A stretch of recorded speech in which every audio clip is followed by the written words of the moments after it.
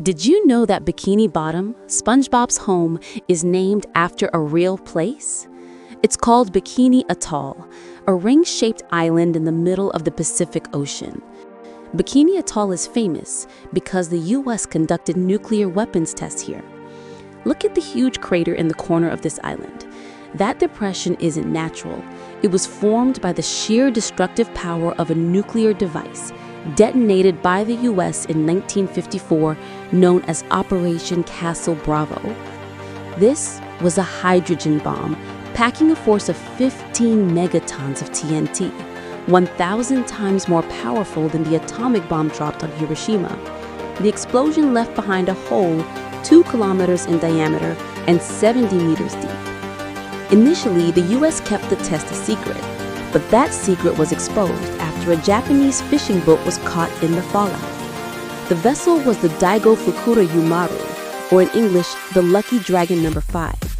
Even though the boat was about 140 kilometers from the blast center, the explosion was so massive that the radioactive ash reached the vessel. As a result, the 23 crew members suffered burned skin, hair loss, and various other illnesses from the radioactivity. One of the crew members died shortly after.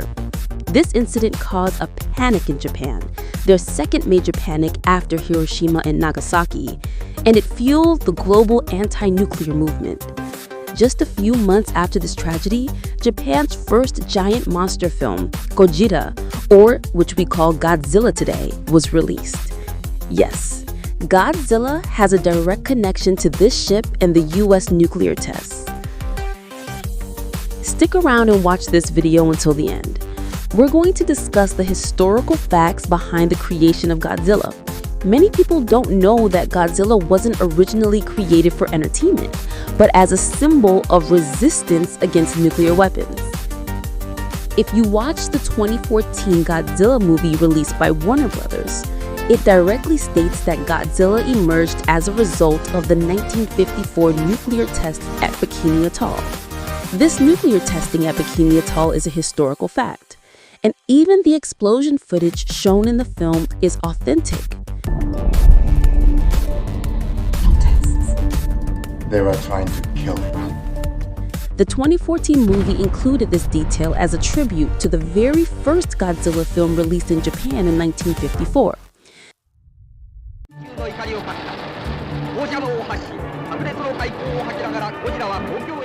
The critical takeaway is that the original Godzilla film was essentially an anti-nuclear message delivered by the Japanese public in the wake of the Bikini Atoll tragedy, which reopened the old wounds of the atomic bombings of Hiroshima and Nagasaki.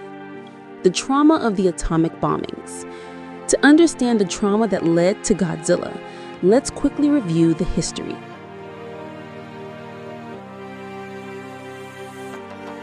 On August 6, 1945, the first atomic bomb, nicknamed Little Boy, was dropped on Hiroshima, instantly leveling the city.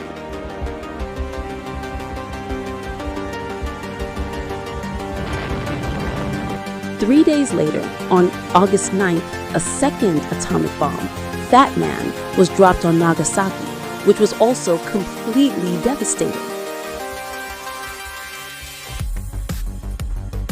The total destruction of these two cities caused Japan to surrender, officially ending World War II.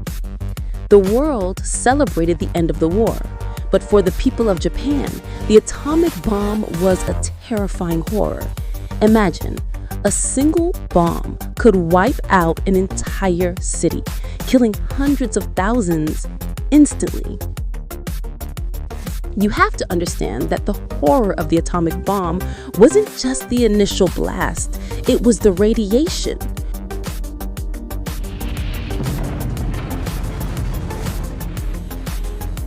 We've discussed how the heat from the explosion could vaporize parts of a person's body, leaving shadows on walls and floors. But that was just on the day of the bombing.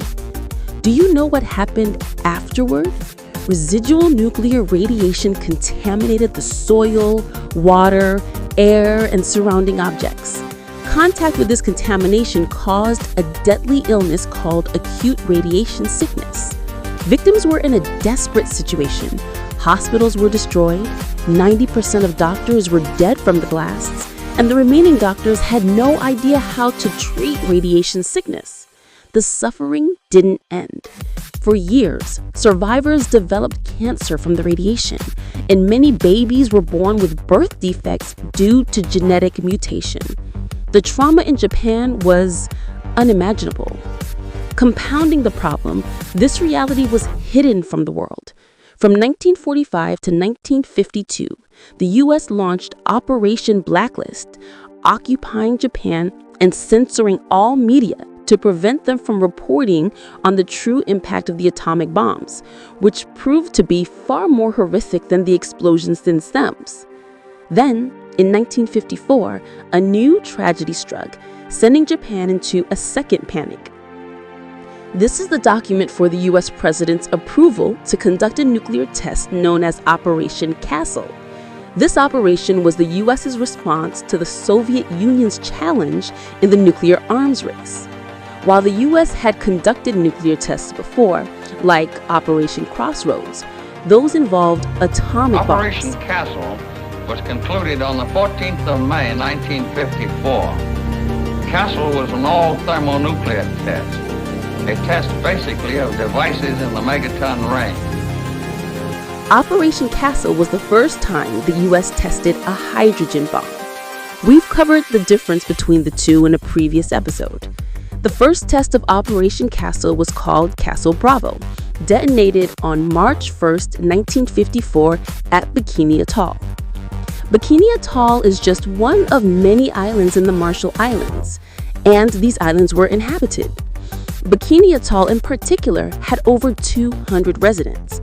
The U.S. wanted to use it as a nuclear test site, so the residents were gently evicted with the narrative that it was for the good of mankind, and they were promised that they'd be returned to their island after the tests. They didn't know that they would never be able to return because their home would be ruined. On March 1st, 1954, the first hydrogen bomb was detonated at Bikini Atoll. The scientists were shocked because the force was much greater than their prediction of 6 megatons of TNT. The actual force was 2.5 times greater, 15 megatons of TNT, or 1,000 times the atomic bomb dropped on Hiroshima. The explosion left behind a hole 2 kilometers in diameter and 70 meters deep. The mushroom cloud soared up to 40 kilometers high with a radius of 100 kilometers in less than 10 minutes and continued to expand at 100 meters per second. The blast destroyed their own equipment, and the crew remotely monitoring the explosion had to stay in a bunker for hours before being evacuated, even though they were 100 kilometers away on Yenyu Island. They never anticipated the blast would reach that far. To make matters worse, the massive radioactive cloud was carried by the wind, contaminating all the islands in the Marshall Islands chain. The island of Rongelap, which had a significant population, was hit hardest. The residents there mistook the lethal ash, which fell like snow, for snow. But the most unfortunate victim of all was the Daigo Fukuryu Maru, or the Lucky Dragon No. 5. The Japanese fishing boat that was looking for fish near the Marshall Islands that day. The 23 crew members had no idea the nuclear test was happening, as the U.S. had kept it secret. The boat was 140 kilometers from the center of the explosion, a distance comparable to a trip from Bandung to Jakarta, and still well outside the danger zone declared by the U.S. However, since the blast was larger than expected, the ship was hit by the fallout. Radioactive ash rained on the ship and on the bodies of the crew. They didn't know what it was and called it Shino-hai, or ashes of death. It is now known that fallout from the larger Castle shots blanketed areas of more than 5,000 square miles with radioactive material that would have been lethal to unprotected personnel. Soon after, they experienced dizziness, nausea, eye irritation, and burning skin. Their hair began to fall out. They were suffering from acute radiation sickness, the same symptoms as the nuclear victims in Japan. They managed to return to their home port in Yaizo, Japan, and were immediately rushed to the hospital. The news quickly went viral, causing panic across Japan, which was still traumatized by the Hiroshima bombing. The incident was often called the Second Hiroshima. Tragically, Kuboyama Aiki Kushi, the chief radio man of the boat, did not survive. His death fueled Japanese outrage and immediately became international news, spurring anti-nuclear movements worldwide. The most fascinating part of this story is how the news of the Lucky Dragon reached a film producer named Tomoyuki Tanaka. He had just failed to produce a film in Indonesia and was desperately looking for a replacement project.